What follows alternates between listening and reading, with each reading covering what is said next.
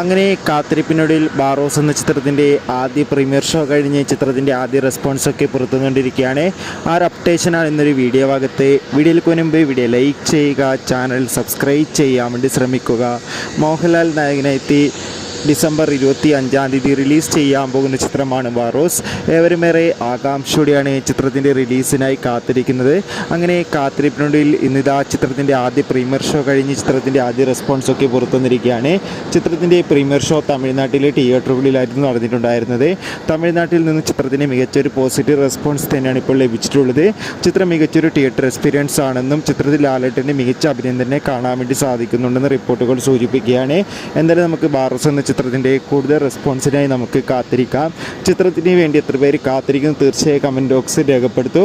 December മാസം ഇനിയും ധാരാളം ചിത്രങ്ങൾ OTT റിലീസ് ചെയ്യുന്നുണ്ട്. നമ്മുടെ ചാനൽ ഭാഗം പരിശോധിച്ചാൽ നിങ്ങൾക്ക് കാണാൻ വേണ്ടി സാധിക്കും. കാണുക. Bye bye.